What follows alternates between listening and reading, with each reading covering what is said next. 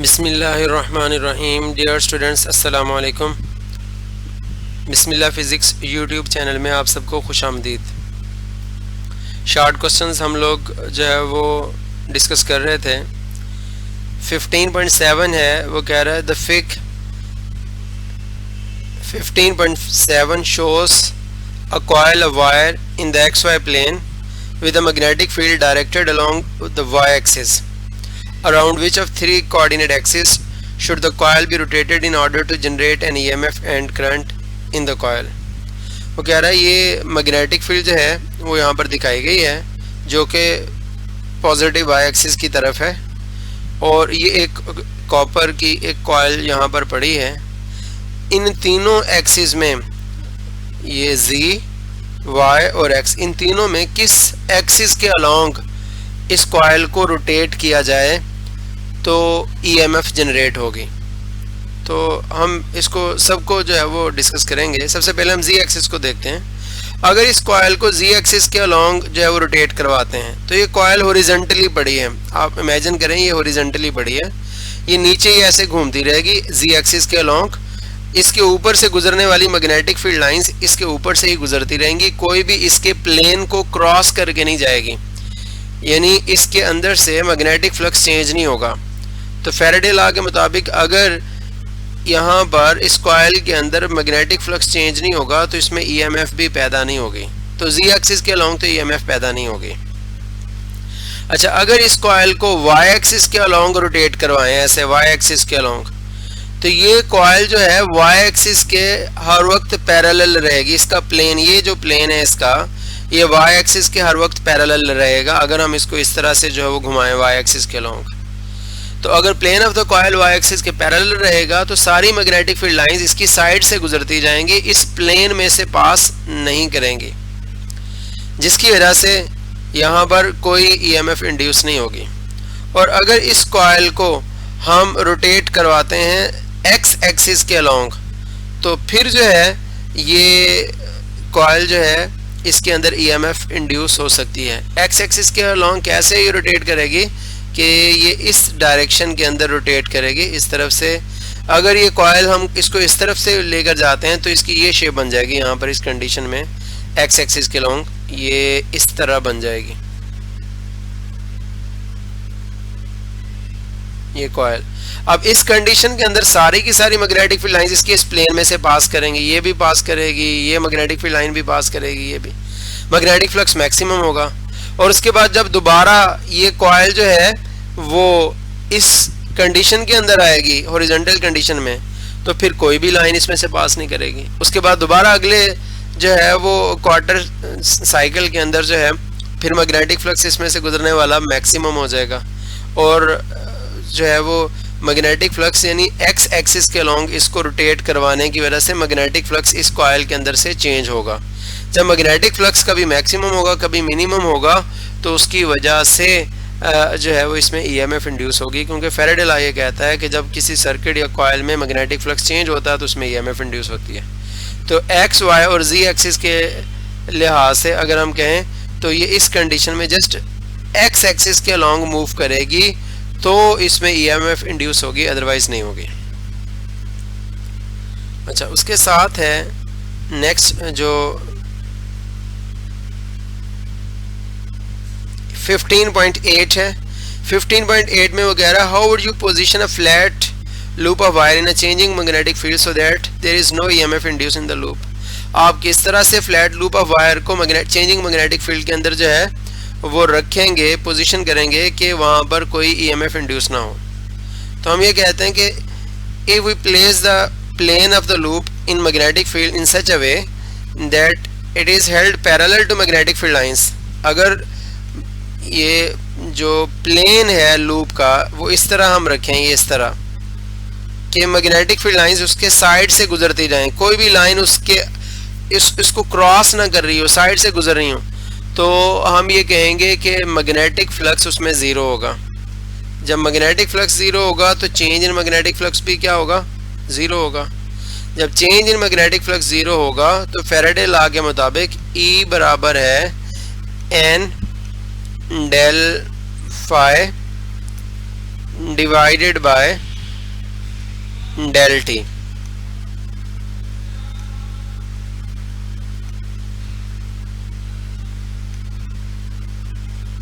अगर del phi zero है, इसकी जगह पर ये जीरो लिखें तो ये हमारे पास बन जाएगा एन डेल फाई की जगह पर zero divided by del T. तो ये सारे फैक्टर को क्या कर देगा, जीरो कर देगा, तो ईएमएफ जीरो हो जाएगी। If we place the coil in magnetic field in such a way that its plane is held parallel to magnetic field lines, then change in magnetic flux through the coil will be zero. Therefore, according to this formula, EMF is also equals to zero.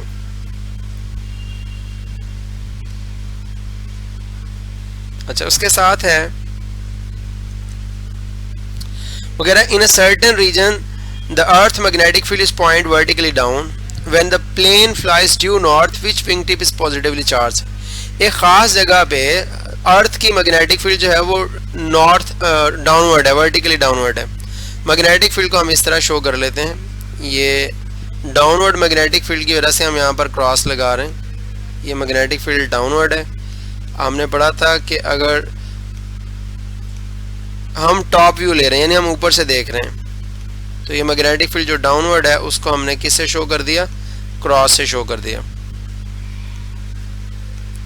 अब अगर हम dimensions लें तो dimensions कुछ इस तरह से हैं। हमेशा हम अपर साइड पे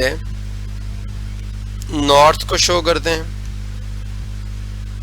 इधर नॉर्थ है, और इस साइड पे साउथ है, और इस साइड पे ईस्ट, और इस साइड पे वेस्ट है। फर्स्ट करें कोई एरोप्लेन जो है वो यहाँ पर फ्लाई कर रहा है,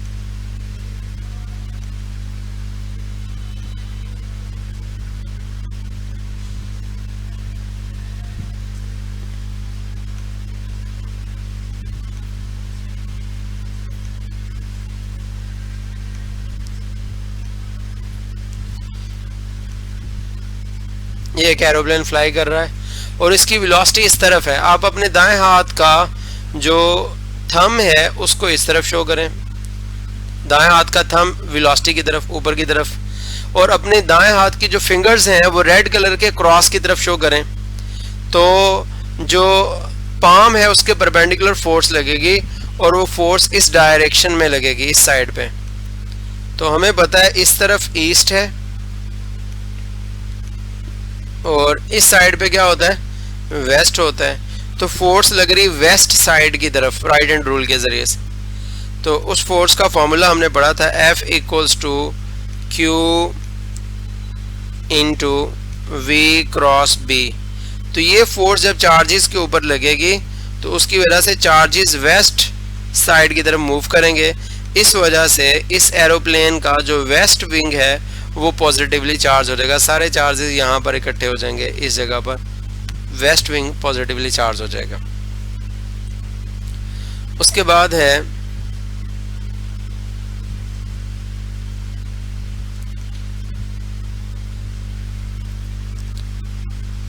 नेक्स्ट शॉर्ट क्वेश्चन है, उसमें कह रहा है show that E and del phi over del T have same units. 15.10 है। हमने ये साबित करना है E और डेल फाई और डेल टी दोनों के यूनिट सेम है। तो हमने ये फॉर्मूला पढ़ा था, E का यूनिट होता है वोल्ट,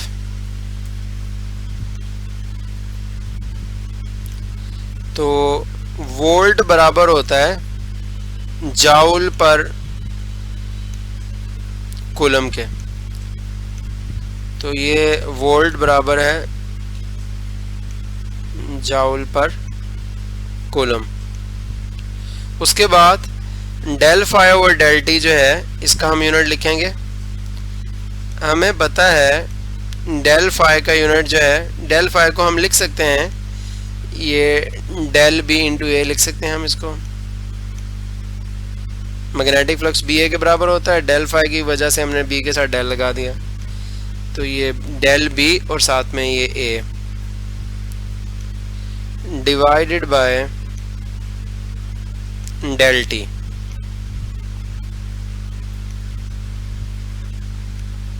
अच्छा, अब मैग्नेटिक फील्ड का यूनिट, मैग्नेटिक फील्ड स्ट्रेंथ का यूनिट हमने पढ़ा था, डेल बी की जगह पर यूनिट आ जाएगा Newton per ampere per metre. ये 14 चैप्टर के शुरू में हमने पढ़ा था, Newton per ampere per metre.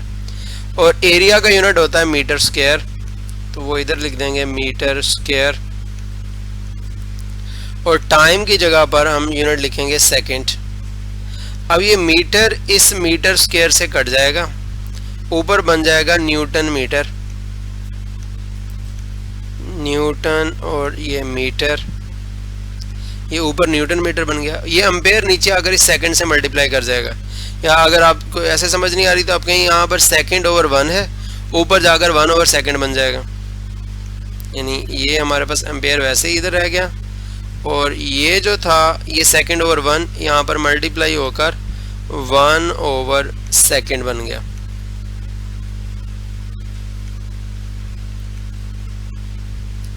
तो ये बना newton metre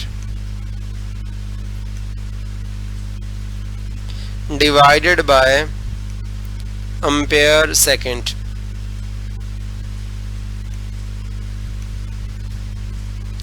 Newton metre joule के बराबर होता है। ये हमें कैसे पता चला? ये हमने वर्क में पढ़ा था। हमें पता है वर्क बराबर होता है W equals to FD।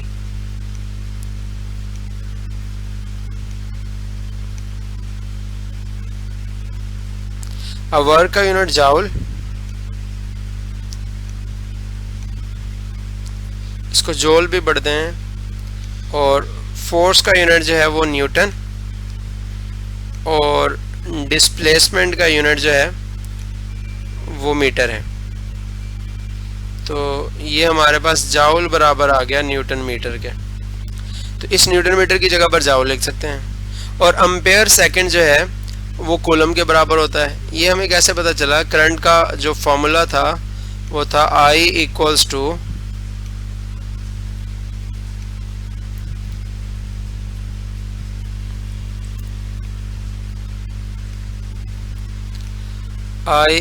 To Q divided by T। तो I की जगह पर एम्पेयर आ जाएगा, करंट का यूनिट एम्पेयर, चार्ज का यूनिट कूलम, इस Q की जगह पर कूलम आ गया, और टाइम की जगह पर सेकंड। ये सेकंड एम्पेयर से मल्टीप्लाई हो जाएगा, तो ampere second equals to coulomb. तो ये इस एम्पेयर सेकंड की जगह पर कूलम लिख देंगे, न्यूटन मीटर की जगह पर जाउल लिख देंगे। तो हमारे पास आ जाएगा, इस न्यूटन मीटर की जगह पर हम पढ़ चुके हैं न्यूटन मीटर जाउल के बराबर है, तो न्यूटन मीटर की जगह पर जाउल, और एम्पेयर सेकंड की जगह पर कूलम। तो जाउल पर कूलम बराबर किसके होता है? वोल्ट के। तो ये इस तरह से हमने ये प्रूफ कर दिया कि EMF का यूनिट भी, ये इक्वेशन 1 आप कह लें इसको, EMF का यूनिट भी जाउल पर कूलम या वोल्ट है, और डेल फाई और डेल टी का यूनिट भी जाउल पर कूलम या फिर वोल्ट है। तो इन दोनों इक्वेशंस को कंपेयर करके हम कहेंगे, by comparing equation 1 and 2 it is proved that E and del phi over del t have same units। Next है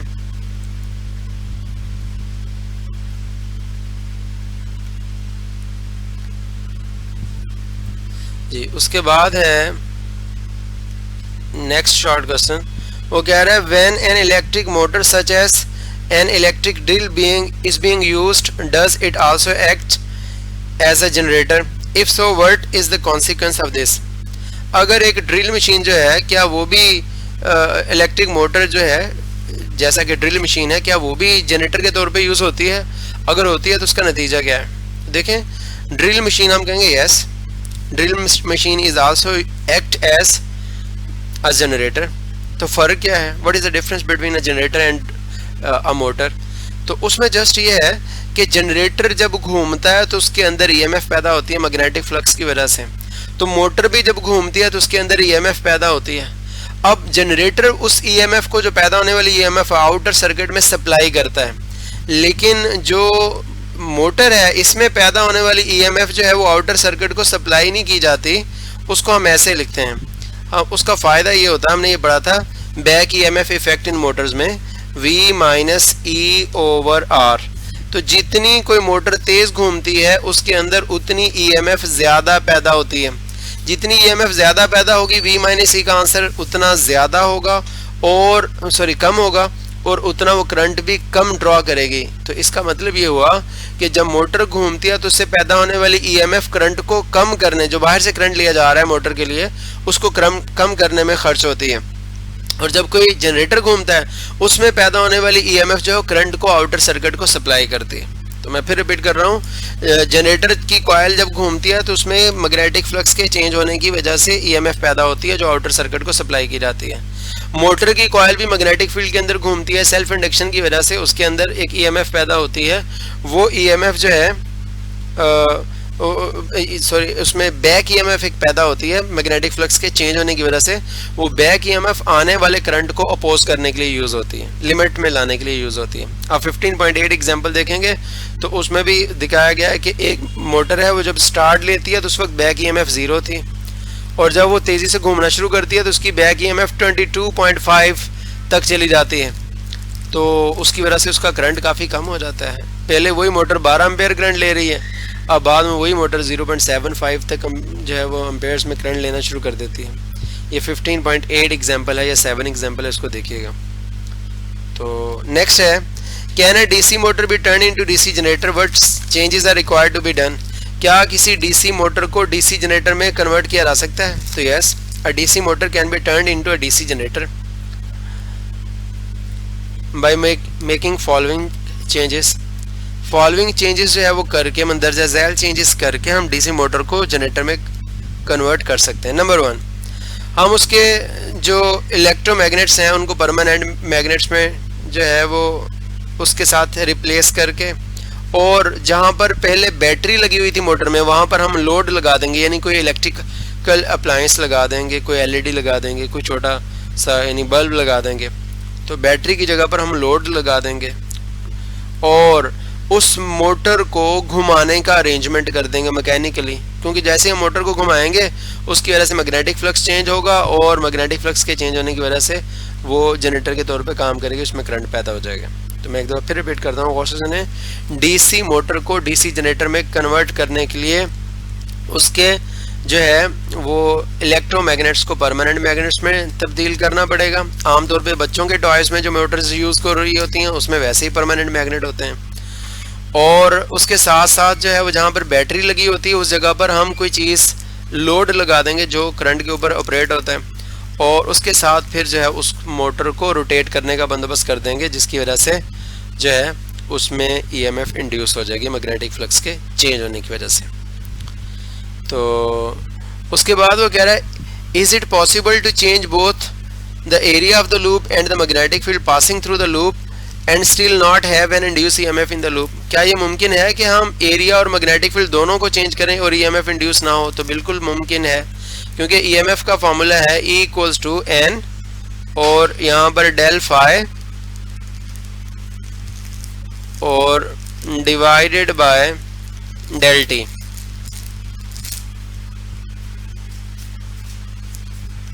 तो हमारे पास डेल फाई बराबर आ जाएगा, डेल फाई की जगह पर डेल बी इंटू ए लिख सकते हैं, क्योंकि मैग्नेटिक फ्लक्स बराबर होता है बी इंटू ए के, और यहाँ पर डेल वैसे का वैसे आ जाएगा, चेंज को रिप्रेजेंट कर रहा है, और इधर डेल्टा टी। तो अगर हम जो है वो मैग्नेटिक फील्ड और एरिया को इस तरह से चेंज करें कि इनका प्रोडक्ट सेम रहे। फर्ज करें अगर मैग्नेटिक फील्ड को हाफ करें तो एरिया को डबल कर दें, तो इनका प्रोडक्ट क्या रहेगा? सेम रहेगा, क्योंकि मैग्नेटिक फील्ड में यहाँ पे डेल बी डिवाइडेड बाय 2 आएगा, इधर एरिया के साथ ऊपर 2 आ जाएगा, 2 से 2 कट जाएगा। अगर मैग्नेटिक फील्ड को 3 टाइम्स कर दें, 1/3 कर दें, अगर मैग्नेटिक फील्ड को 1/3 कर दें, जितनी पहले थी उसका तीसरा हिस्सा कर दें, और एरिया को बढ़ाकर 3 टाइम्स कर दें, तब भी इनका प्रोडक्ट सेम रहेगा।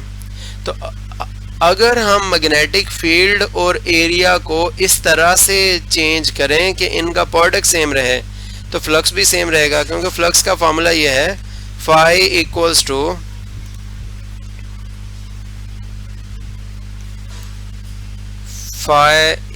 To B multiplied by A, ये फ्लक्स का फॉर्मूला है।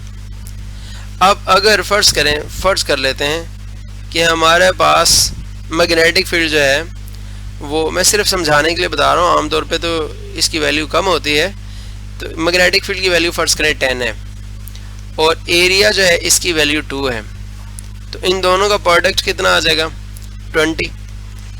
अब हम क्या करते हैं, एरिया को डबल कर देते हैं और मैग्नेटिक फील्ड को हाफ करते हैं। एरिया 2 था, 4 कर दिया डबल, और मैग्नेटिक फील्ड 10 थी, इसको 5 कर दिया। अब भी इनका प्रोडक्ट देखें कितना आएगा, अभी प्रोडक्ट हमारे पास 20 ही आएगा।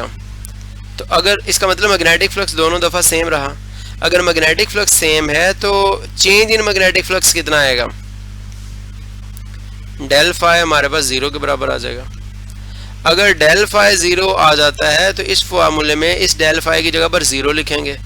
जब इस जगह पर 0 लिखेंगे वो सबको मल्टीप्लाई करके क्या कर देगा, 0 कर देगा।